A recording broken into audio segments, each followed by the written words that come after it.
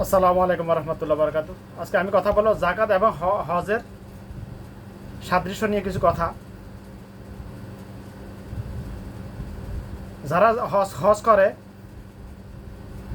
মক্কা মদিনায় সফর করার জন্য, ভিজিট করার জন্য, কেউ যায় স্বামী স্ত্রী হানিমুন করার জন্য যায় হজ করার নাম দিয়ে, তাদের উদ্দেশ্যে আমার কথাগুলো গায়ে জ্বলবে মানুষের, স্বাভাবিক কিছু, আমার কিছু তাদের কিছু যা আসে না, কারণ আমি মানুষকে খুশি করার জন্য ওয়াজ করার জন্য আসিনি, কথা বলতেছি না আমি এখানে। আমার মূল কথা হলো কালিমা,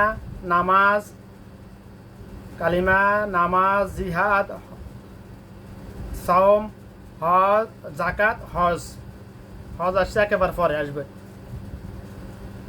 কালিমা, মুসলমান হতে হলে কালিমা ইমান আনতে হবে, নামাজ পড়তে হবে, রোজা রাখতে হবে। এই তিনটা সবার উপর ফরজ।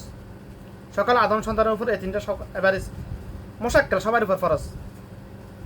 হজ, জাকাত আর হজ সবার উপর ফরজ নয়।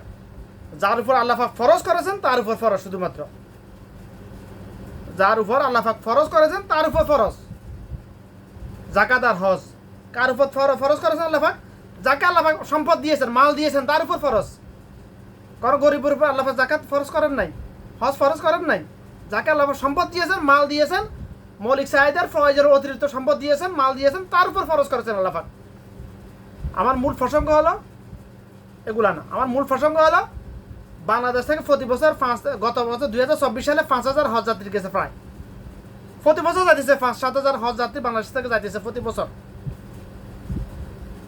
মিনিমাম 5,000 হজ যাত্রী প্রতি বছর যাইতেছে। আমার মূল কথা হলো হজ তো তোমরা যারা হজ করতেছ, যারা হজ অতীতে করেছ এবং ভবিষ্যতে করবে ইনশাল্লাহ, তোমাদের কাছে আমার প্রশ্ন, তোমার উপর কি আগে হজ ফরজ হয়েছে না জাকাত ফরজ হয়েছে? হ্যাঁ, আল্লাহর কসম করে বলছে যে পৃথিবীতে এমন একজন আদম সন্তান পাওয়া যাবে না যার উপর আগে হজ ফরজ হয়েছে পরে হজ জাকাত ফরজ হয়েছে। এমন পৃথিবীতে এমন কোনো মানুষ পাওয়া যাবে না, কারণ এটা আল্লাহ পাকের নিজাম, আল্লাহ পাকের ব্যালেন্স এরকমই। আগে জাকাত ফরজ হয়, তারপরে তার 2-4 বছর, 5-7 বছর, 10 বছর পরে হজ ফরজ হয়। ভাই, আগে জাকাত ফরজ হয়। এখন যারা হজ করেছে তারা যদি জাকাত আদায় না করে সুন্নাহ মোতাবেক, তাদের হজ কখনো হবে না, কবুল হবে না। হাজে আসরে চুমো দিলে নিষ্পাপ হয়ে যাবে। কাদের জন্য ভাই?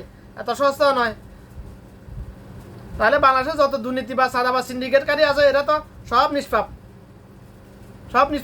কারণ এরা 10-12 হজ করতে পারবে।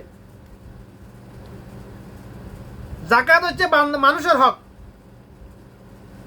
যারা পুঙ্খানুপুঙ্খানুভাবে সুন্নাহ মোতাবেক জাকাত আদায় করে নাই কিন্তু হজ করেছে, মানুষের হক নষ্ট করে হজ করলে হাজার আসরে সুমো দিলে নিষ্পাপ হয়ে যাবে।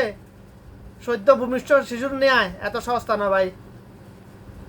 এগুলো হচ্ছে ধর্ম ব্যবসায়ীদের ওয়াজ। এগুলা যে ওখানে গেলে হাজার আসরে সুমো দিলে নিষ্পাপ হয়ে যায় না ভাই। তুমি নিষ্পাপ হইতে নিজের ঘরে বসে নিষ্পাপ হইতে পারবে, নিজের ঘরে বসে নিষ্পাপ হইতে পারবে যদি তোমার আল্লাহর কালাম উরফা তোমার ওইরকম মিয়াফিল মিয়া ইমান থাকে। ভাই, আল্লাহ পাকের প্রত্যেকটা কালাম উরফা তোমার মিয়াফিল মিয়া ইমান থাকে। সূরা বাকারা প্রথম আয়াতে আল্লাহ পাক কেন, দ্বিতীয় আয়াতে কেন এই কথা বলেছেন আল্লাহ পাক? আলিফ লাম মিম যালিকাল কিতাবু লা রাইবা ফীহি হুদাল লিল মুত্তাকিন। আলিফ লাম মিম, এই সেই কিতাব যার মধ্যে কোনো প্রকার সন্দেহ নেই।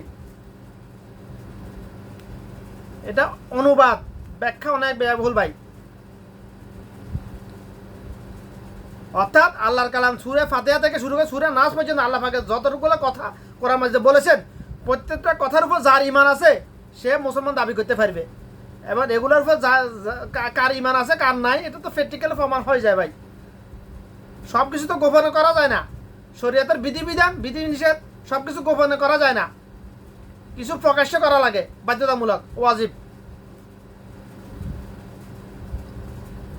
এখন প্রতি বছর বাংলাদেশ থেকে 5,000 হজ যাত্রী যাইতেছে, মনে করেন মিনিমাম এভারেজে।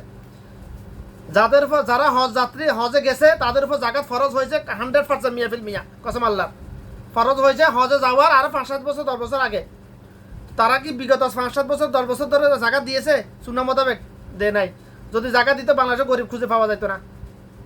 আমি অন্যগুলোর কথা বাদে দিলাম, বাংলাদেশে কোটি কোটি টাকার মিলিয়ন মিলিয়ন ডলারের ইনকামের সম্পদের মালিক আছে, ব্যবসায়ী আছে ঢাকা শহরে, 2-3টা বাড়ি গাড়ি মালিক, বাড়ির মালিক এরকম লোকের অভাব নাই। ওদের কথা বাদ দিলাম আমি, ওদের কথা বাদ।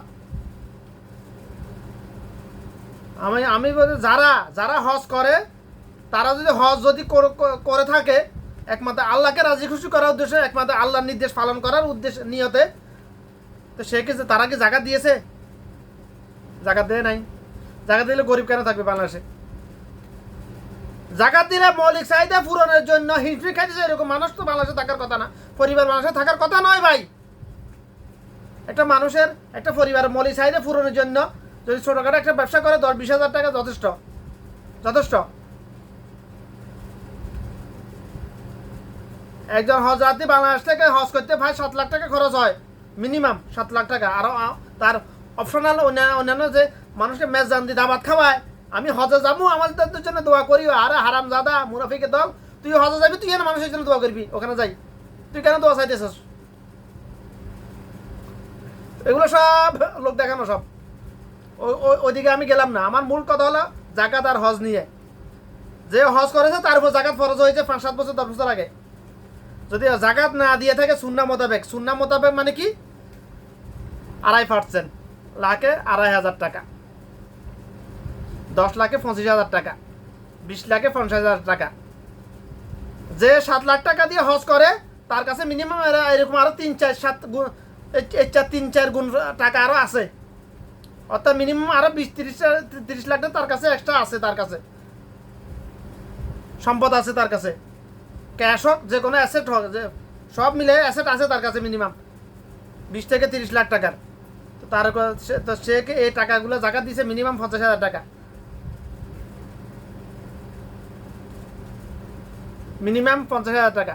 3 গুণ ধরলে 21 লাখ 52,500 টাকা, মিনিমাম 50,000 টাকা ধরবো এভারেজে। তার উপর জাকাত ফরজ প্রতি বছর, সে কি জাকাতগুলো দিয়েছে?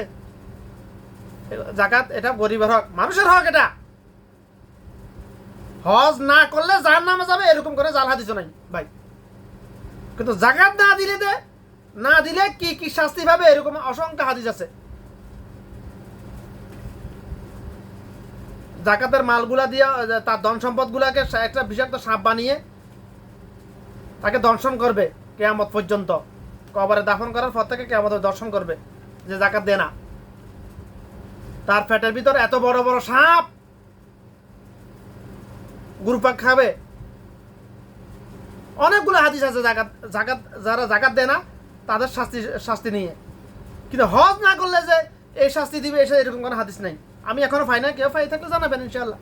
তবে আমাকে আল্লাহ যতটুকু এলেম দিয়েছে আল্লাহ এ পর্যন্ত, তার অ্যানালাইসিসের পরিপ্রেক্ষিতে আমি এরকম কোনো হাদিস নাই। হজ না করলে জাহান্নামে যাবে এরকম কোনো হাদিস নাই, হাদিস নাই। আবার হজ করা শুধু অর্থ থাকলে হয় না, শারীরিক সক্ষমতা থাকা লাগে। আবার নিজের ফরজ হজ অন্যকে দিয়ে আদায় করানো যায়, অন্যকে হজ করাইও আদায় করা যায়, এরকম অপশন আছে। কিন্তু জাকাতের বেলায় তোমার জাকাত তো তোমাকে দিতে হবে। তোমার জাকাত তুমি মরার পরে তোমার সন্তানরা তো জীবনে কিয়ামত হবে দিবে না, আর দেওয়ার কোনো এরকম অপশনও নাই।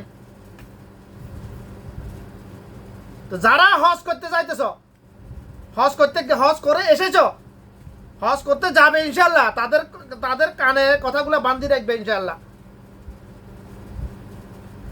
তাদের কানে কথাগুলো বান্ধি রাখিও ইনশাল্লাহ। হজ করতে যাইতেছ কিসের জন্য? কি মানুষকে দেখানোর জন্য?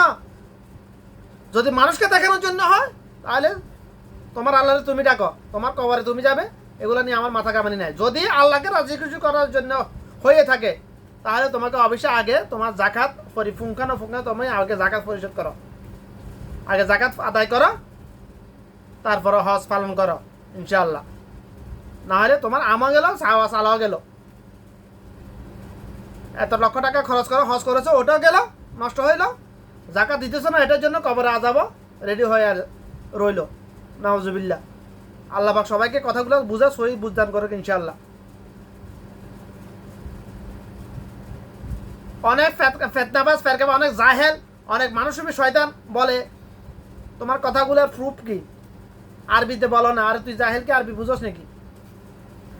কালকে এক জাহেল আমাকে বলছে, এক শয়তান আমাকে বলতেছে আমি তো যখন বলছি তুই কি আরবি বুঝাস, আল্লাহর কারণ তুই কি বুঝিস, এ কথা এই আয়াতটা ব্যাখ্যা অর্থ বল আমাকে। আর কথা বলে না। আরে ভাই আরবি বাংলা মিক্স করে তো, ইংরেজি উর্দু মিক্স করে তো